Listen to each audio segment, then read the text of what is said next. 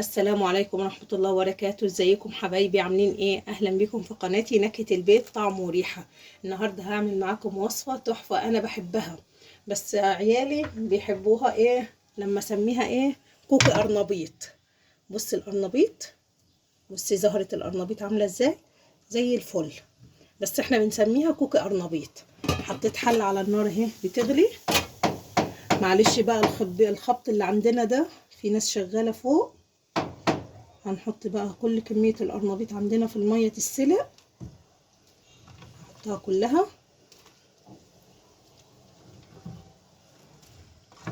انا الاكلة دي بعملها ايه على مراحل، ما بعملهاش كل شوية، لا بعملها كل فين وفين عشان عيال مش بيحبوها، وانا مسميها ليهم كوكو قرنبيط عشان ايه؟ يحبوها شوية.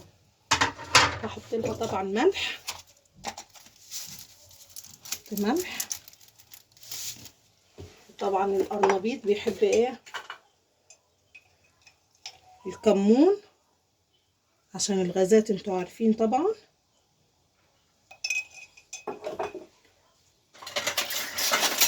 هديها تقليبة كده وهسيبها تغلي، وهحضر معاكم الخلطة بتاعتنا. هسيبها لغاية ما تتسلق كده وتستوي، وهوريكم هنعمل الخلطة.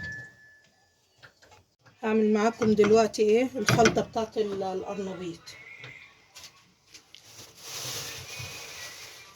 نوز بالطين، هنشوف يعني الكمية.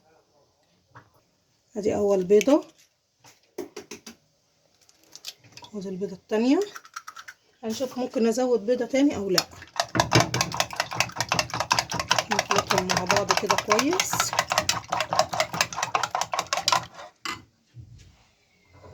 كوباية اللبن، طبعا لبن بخيره ده، لبن ايه؟ جاي من الجاموسة.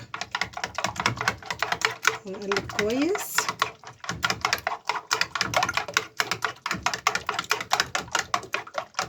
احنا بنوصي على اللبن ده، بيجينا من ناس مخصوص يعني، عشان يبقى لبن بخير وبالقشطة بتاعته. هحط ايه؟ هحط شوية دقيق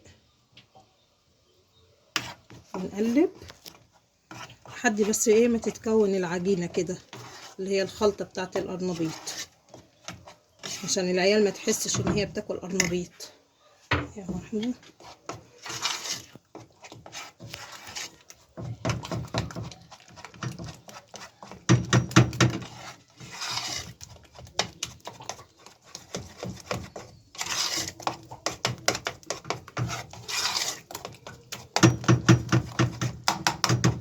هنحط عليها ايه؟ طبعا الشبت والبقدونس.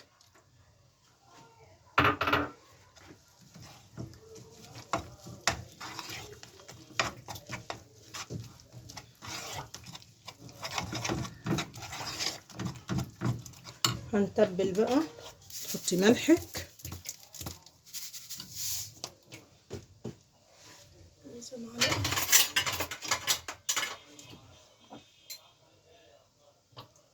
معلقة كزبرة، والكمون. تتبليها طبعا كويس.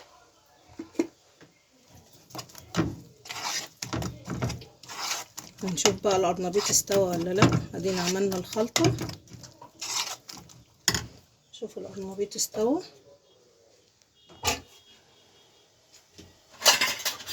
كمان استوى القرنبيط. هنخرجه.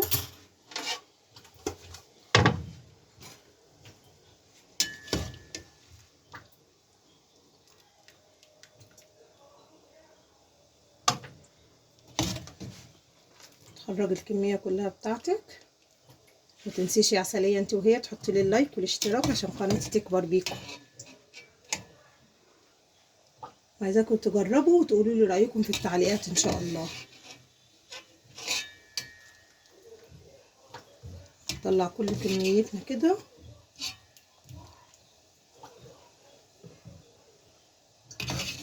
ما تخليهوش يستوي جامد منك عشان تعرفي ايه تقليه في الزيت بعد كده. تحطيه في خلطتك وتحطيه في الزيت عشان ما يبقاش مهري معاكي.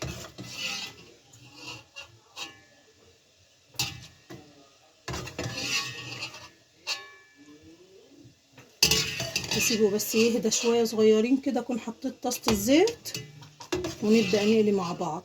هقولك على تكايه قبل ما تحطيه في الزيت هتخليه مقرمش وعامل زي الكوكي، شبه الكوكي بالظبط. عيالك هيشوفوه هيعجبهم قوي. حطينا الزيت على النار اهو حبايبي، ودي الخلطه زي ما انا عملتها معاكم، البيض واللبن والدقيق والشبت والبقدونس اللي هي الخضره، ودينا طلعنا القرنبيط. بقى هقولك على تركايه، بعد ما تحطي القرنبيط في الخلطه تطلعيه بقى في ايه، في بقسماط. بصي هيطلع كوكي بالظبط ان شاء الله. بصي تنزلي القرنبيطه كده تحطيها في الخلطه. بعد ما تحطيها في الخلطه تنزليها بقى في الايه، في البقسماط، هتطلع تحفه. عيالك هيعشقوها، مش هيعرفوا ان هو قرنبيط لو ما بيحبوش القرنبيط. حطيها بقى في الزيت، وهكذا تخلصي كل الكميه اللي عندك في الخلطه. بعد الخلطه تروحي حطها في الايه، اجيب شوكه بس لحظه، تروحي حطها في البقسماط هتطلع تحفه. في الزيت، الزيت طبعا بتاعك يكون سخن. تعملي كل كميتك تنزليها بعد كده في البقسماط. بعد كده تاخديها في الايه، تنفضيها كويس تحطيها في الايه، في الزيت. عايزه اوريكي بس شكلها ايه. بصي هتتحمر يبقى شكلها ازاي، شبه الكوكي بالظبط. بصي هتعملي كل كميتك زي كده. تحطي برضو في البقسماط. بصي احلى حاجه البقسماط. بصي بقى شكلها في الزيت، شايفه الشكل لسه متحمرتش كويس، شايفه شكلها كوكي بالظبط. هتعملي كل كميتك بعد كده ايه، تاكلي بألف هنا وشفا. بصوا يا حبايبي انا حطيت باقي القرنبيطه هنا، هتكمل سلق بس ايه، انا هخزنها دي، يعني مش هعمل كل الكميه دي عشان عيالي مش بيحبوها جامد، فدي عشان التخزين تعمليها نص سلقه، ما تسلقهاش جامد. بس هي كده استوت، هطلعها بقى وهخزنها، احطها في اكياس التلاجة وهنخزنها. تكوني مستعجله في مره تكملي سواها، بس هسيبها تبرد. لو مستعجله في مره تروحي مطلعاهم تعملي لها الخلطه وعلى طول تبقى معاكي جاهزه. عشان انا القرنبيطه دي كبيره فاحنا مش هناكل الكميه دي كلها، فانا هخزن الباقي احطه في اكياس وفي الديب فريزر وحطيه بقى ونسيه. اهم حاجه نص سلقه عشان ايه، ما يبوظش منك.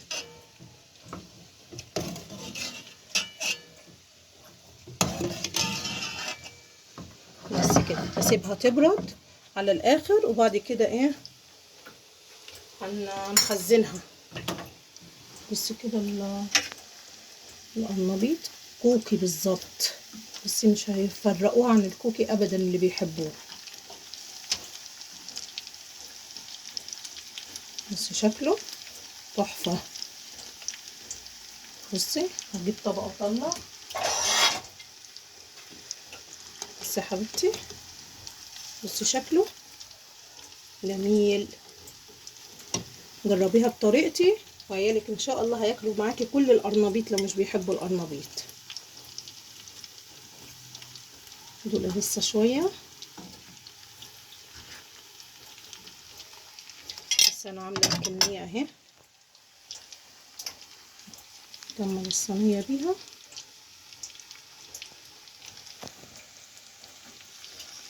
هسيبهم بقى يحمروا ويستووا ويتقلوا كويس، بعد كده ايه هوريكم.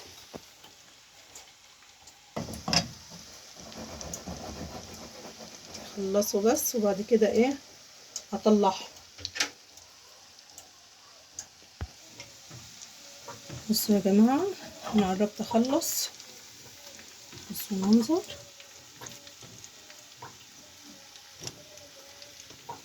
بصوا شكلها، بصوا كأنها دبوس بتحمر بقية الحلقة. بصوا تحفة. بصوا الشكل.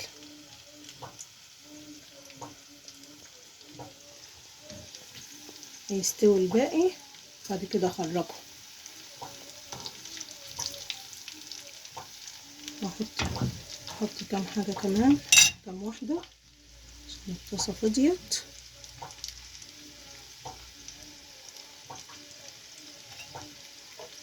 هستنى عليهم لغاية ما يحمروا خالص. ودي الاكل بتاعنا النهارده، ودي وصفتنا النهارده بعد ما خلصنا. ادي الكوكا قرنبيط. بصي بقى، بصي تحفه ازاي، ولا هتفرقيه عن الكوك اللي بجد. بصي شكله تحفه. وفتحت علبه تونه كده للاولاد اللي ما يحب يزود يعني. هنعصر عليها شويه ليمون بس. طبعا جبنه بيضه، بصل وخيار، في شويه فجل، طبعا المخلل بتاعنا، وكمان في قرنبيط اهو شايفين، والعيش بتاعنا الجميل. والف هنا وشفا على قلبكم. ما تنسوش بقى تعملوا لي اللايك والاشتراك عشان قناتي تكبر بيكم.